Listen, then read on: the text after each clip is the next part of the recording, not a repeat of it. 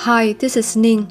Welcome to a new 4-part mini-series inside the Soul Memory series, a gentle exploration of one of the oldest and most misunderstood questions in human history.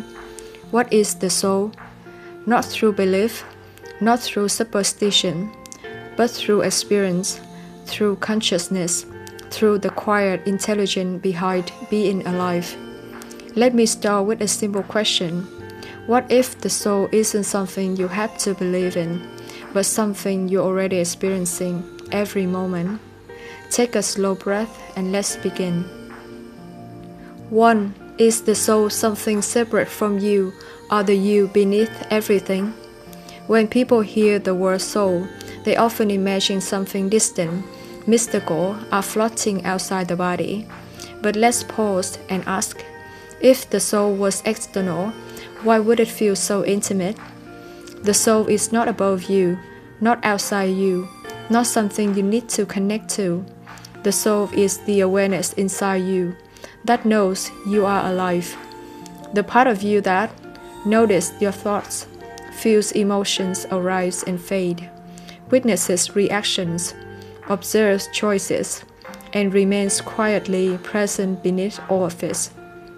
Personalities change, beliefs evolve, bodies age, memories fade. So here's the real question. What is it that stays aware through all of that change? That awareness, steady, silent, unchanged, is what many traditions tentatively call the soul. 2. Does awareness actually depend on the body? We're taught that consciousness comes from the brain, but then we encounter experiences that raise another question. What if awareness isn't fully produced by the body, but only expressed through it? Consider this. People report full awareness during near-death experiences, even when brain activity is minimal. Children remember details they were never taught. Intuition delivers information without logical steps. Certain people or places feel instantly familiar. Meditation reveals a presence beyond thought. These moments act like small cracks where awareness slips past physical explanation. So ask yourself, if parts of the brain go quiet, yet awareness remains, what exactly is aware? The soul is what stays present even when other systems fall silent. 3. Is the soul a belief or an experience? Here's something important. You cannot be argued into sensing your soul. No philosophy can convince you. No theory can prove it emotionally. So where does recognition come from? It comes from moments like these, when you feel yourself watching your life unfold, when stillness feels more real than noise, when intuition speaks before thought, when you recognize someone instantly, when art or beauty opens you unexpectedly, when time feels layered or thin, when truth arises without reasoning, when you feel deeply yourself without effort. Ask yourself, do these moments come from thinking or from a deeper layer of awareness? That deeper layer is the soul in motion. 4. Why does the soul feel older than your personality?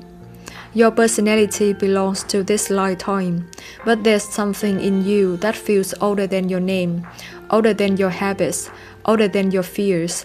Have you noticed that? Something that feels familiar, ancient, quietly wise, emotionally stable, untouched by surface drama.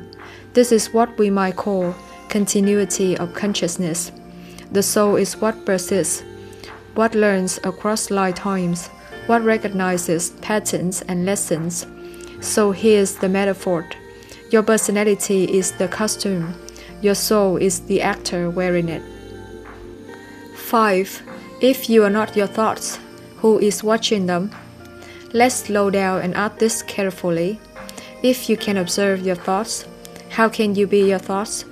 If emotions rise and fall, and you notice them changing, If identities collapse and something in you remains present, if you witness success and failure alike, then who is the witness? The mind speaks, the soul watches. The soul is not the voice, it is the awareness behind the voice. 6. Why does something in you remain unbroken, even in your hardest moments? Your mind can fracture, your identity can collapse, your body can suffer, your beliefs can fall apart. And yet, there is often a quiet presence that remains, a whisper that says, I am still here, I will survive this. This is not the end of me. So ask yourself, what part of you speaks when everything else falls apart? That voice isn't ego, it isn't denial, it's the endurance of the soul, the part of you that cannot be broken. 7. What carries lessons across lifetimes?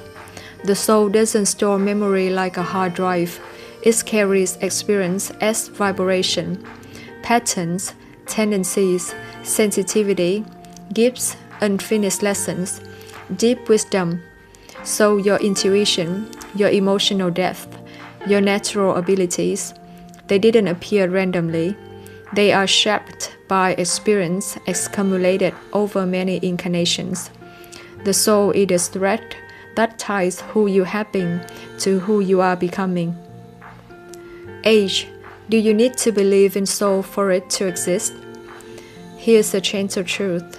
You don't need to believe in fire to feel warmth. You don't need to understand gravity to stay grounded. You don't need to believe in breath to stay alive. So ask yourself, why would the soul require beliefs to operate? The soul functions quietly, with or without mental agreement. Awakening is not belief, it's recognition. It's the moment resistance softens and something familiar becomes clear. 9. A gentle reminder. The soul is not something outside you that you must search for. It is the deepest part of you that you forgot how to listen to. It is not dramatic, not mystical, not distant. The soul is simply the awareness listening to these words right now. Thank you for listening. In the next episode, we will explore something often misunderstood, why some people don't believe in the soul, and why skepticism is not a barrier to awakening, but often the first doorway into truth. I'm Nin. See you in the next layer.